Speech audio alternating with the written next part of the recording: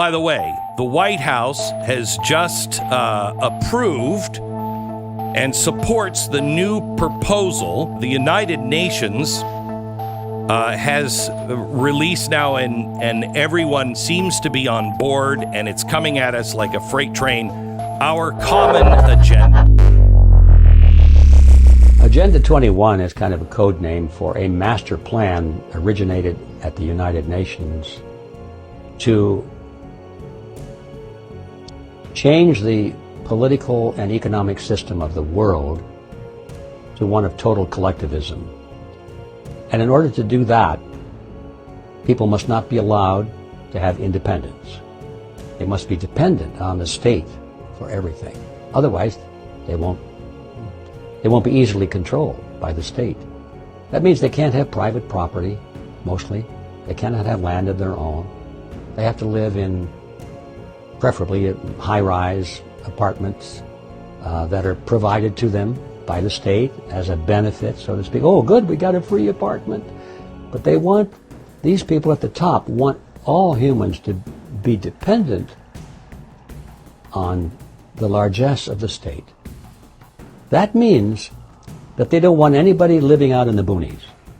Anybody that's got a couple of acres of land and his own water supply and can grow his own food and that kind of thing, or have some sheep or some chickens, these people are a threat to the collectivist society, because they aren't going to go to the politicians and say, please feed me, please clothe me, please give me shelter.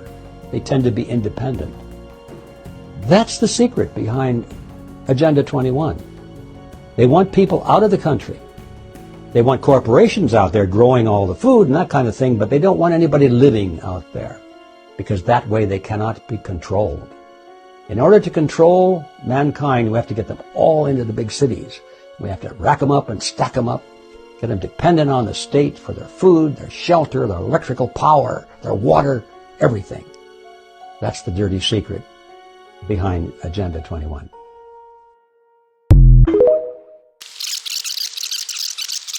But their common agenda is an expansion, and a major expansion, of Agenda 21 and Agenda 2030, including a plan to give the United Nations sweeping emergency powers.